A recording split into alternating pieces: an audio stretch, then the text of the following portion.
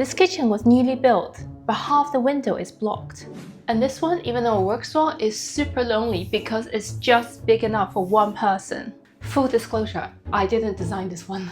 A kitchen is one of the most used spaces in the home. It's where you cook, it's where you make tea. It's also where I feed my cat, so he would be my friend. But quite a lot of kitchens are actually a little bit annoying to use, not because they look bad, but because they don't consider how people like to socialize, how they like to move around, and just generally how people feel in a space. If this is the first time you're seeing my face, I'm BaiXu, a licensed architect. I graduated from Cambridge University about 10 years ago, which is a crazy long time if I think about it. And I have been obsessing over interiors and floor plans for much longer than that. In this video, I want to go over some common kitchen layout mistakes people tend to make when they're building a house or renovating their place, and discuss what some better solutions would be using floor plans, photographs, illustrations. So by the end of this video, you'll be more aware of the layout mistakes that people commonly make, what to do instead, so you can have a kitchen that looks good, feels good, and comes with zero regrets. I think when you have a very narrow kitchen and you want to also incorporate some sort of seating in there, it's quite common to see people put like a bar table with bar stools on the opposite side because these tables are very narrow. The problem is that the kitchen is partially blocking the window, which is a shame because we really love natural daylight, unless you're a vampire or you're my teenage brother. And when someone is cooking in the kitchen, you just can't have someone sit in the bar stools. They're gonna get in your way. I mean, humans are not machines. Just because a space exists doesn't mean we're automatically going to use it. We respond emotionally to how we feel in the space, and you will not feel good sitting in this chair. According to environmental psychology, we're drawn to seating that offers both prospect and refuge. Prospect and refuge means you get a view in front of you and a sense of shelter behind. This is how the mammal brain inside us feels safe and comfortable. And this particular bar stool does not fulfill either of these two criteria. It's basically the adult version of being sent to the corner for bad behavior. Don't do this to yourselves or to your guests. So here's what I would do instead. I'd remove the bar table and chairs because you'll never use it. I would also remove this tall cabinet at the end because it's blocking all the light. Yes, you will sacrifice a little bit of storage, but we're gonna get some of that back. Now, in the space next to the window, I would put a small bistro table and some chairs. And we're going to give back some of the storage we lost in the form of very shallow cabinets and shelves on this wall. I think this change is now much better because you get more light into the room, you get real seating that you'll actually end up using because it feels comfortable to be in. What do you think? Do you agree with me? Let me know. Very few things have as much impact on how a room feels as sunlight shining into it. If your kitchen never gets morning sunlight, then you're missing one of the best parts of the day. It's where you make coffee, prep food, have long breakfasts on the weekend. These moments are not things that you can retroactively manufacture with decor and colors. It's more to do with layout decisions that you make at the beginning of the journey. So if you're designing your house or you're shopping for property, look out for places where the kitchen is facing east and has access to morning light. And if the kitchen is already set in place and you don't have direct access to morning light, could you add some internal windows, glass doors, to somehow penetrate through the space and allow more light to come through? I feel like when I look at so many properties nowadays, you can tell that the homes are made to maximize square footage, efficiency, and construction speed, which I know is super important, but sometimes it's also easy to forget you build something and people could be spending decades of their lives within those walls. And since so many memories are made inside our homes, being thoughtful and deliberate in the beginning is a great investment, can create years of positive memories and feelings down the line. And I feel like for me, that's so worth it. And I hope that if you're someone who's watching this video, you appreciate the thought that goes into designing a home and that this is important for you too. When people have a choice between a room that's lit on two sides or a room that's only lit from one side, they will always pick the room that's lit from multiple directions. This holds true across all types of spaces: your office, your living room, your dining room, your kitchen. We evolved in natural environments where sunlight came from all angles.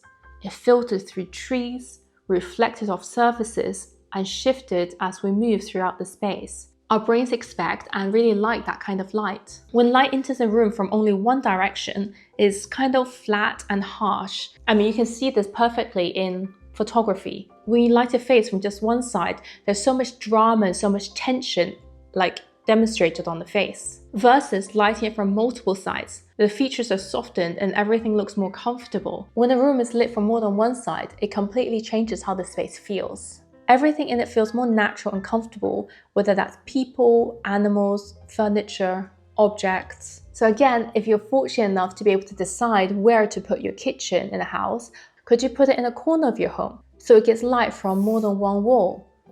Or maybe you just add in more windows. Like in this property, the kitchen only has one window, but if we just shift the layout around a little bit and add in another window, you can see how it feels so much more comfortable. You have a place to sit, you have light from multiple spaces, you have an increased amount of storage space and counter space. If the kitchen is already set and you're renovating, could you add a side window, a glass door, or some overhead skylight to bring in light from another angle? The more sources of light you have come into the space, the more full and natural the lighting conditions would appear during the day. If none of this is possible and your kitchen is very deep in the floor plan where it doesn't receive natural light, you can add in artificial light. For example, in my little coffee counter kitchen, it's in the deepest part of the room, so we made sure to put a strip of light just under the shelf. And when it's not so sunny and bright in here, we have that on during the day, so it feels much cozier and warmer and comfortable. Never design your kitchen so that people walk through the cooking zone to get somewhere else. This might look fine on a floor plan, but in daily life it can cause a lot of frustration. The working triangle, which is the really important space between your stove, your sink and fridge, is going to be the busiest part of your kitchen. And if the same area also is a circulation route, whether you're going to the garden, the terrace, or hallway or living room, then people will constantly pass through. And this can be super annoying when you're in the middle of cooking. So what to do instead? You can place doorways thoughtfully. For example, in this room, instead of putting the doorway at the end, just, put it more towards the middle of the space so you skip going through the kitchen. Try to design a pathway so it goes around the cooking area instead of through it. Don't treat the kitchen as a corridor to save space.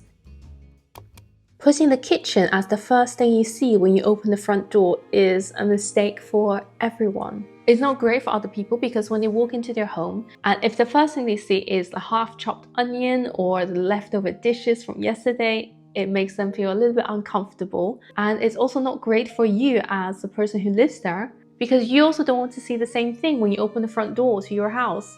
So in a building, there should be a natural flow from public to private spaces. This is called the intimacy gradient. The deeper you go, the more private and personal the spaces become. In a home, the sequence from public to private might go something like this: a gate, porch, entrance, hallway, living room, dining room, kitchen, study, bedroom. And as you can see, ideally, the kitchen should definitely not be at the front of the house because it's a working space. A lot of things happen in this room which you don't want to be open to the public, because in the end, your kitchen is not really a showroom. Unless you're one of these very few lucky people who commented on my previous video and say you have two kitchens, one is a showroom kitchen and one is like a working kitchen at the back. I can't imagine the life you lead.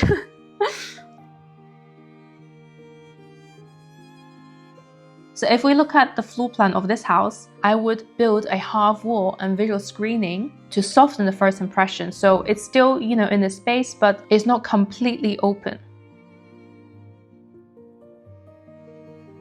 So open plan kitchens are super popular right now, and I totally understand why. Everybody can be in the room at the same time preparing. Maybe you want to be able to watch TV or watch your kids at the same time while you're cooking. But I do think a completely open floor plan kitchen that flows into the dining room, the sitting room, and family room is not the best solution for a lot of people. If you're someone who does some very gentle cooking with a lot of salads and just chopping and assembling, then probably an open plan kitchen works great.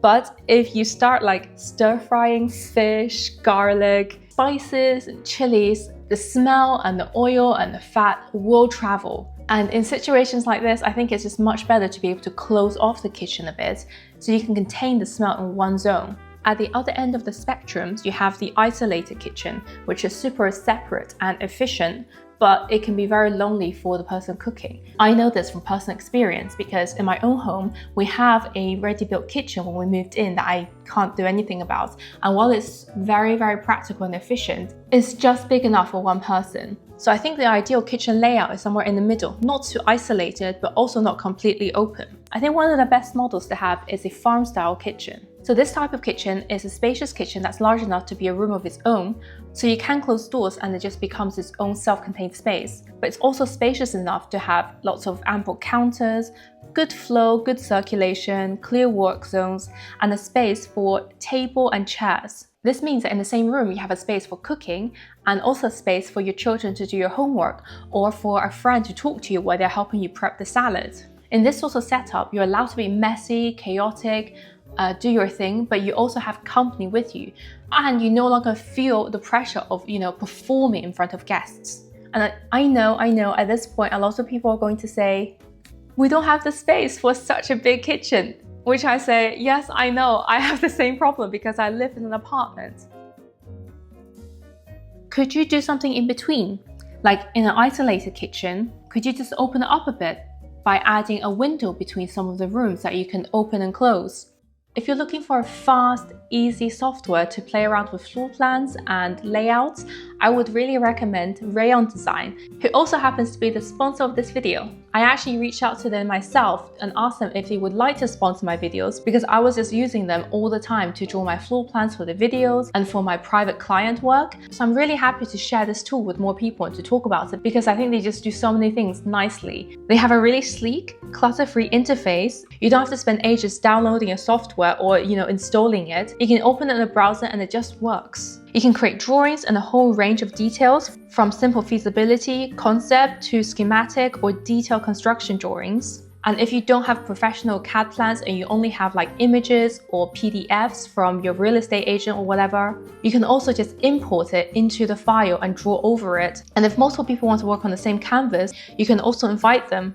And this is my favorite feature. They have an in-app library with thousands of elevation top view blocks that you can just drag and drop onto your drawings, which saves me so much time because they look really pretty already. And you have the dimensions of very common furniture blocks that you can put in. So if you have like a floor plan from an estate agent and you're not sure if the furniture that they use is actually the correct size, you can put your own furniture blocks in to see if it actually works. If you want to try it, the link for it is in the description below and it's free, so click away, have fun!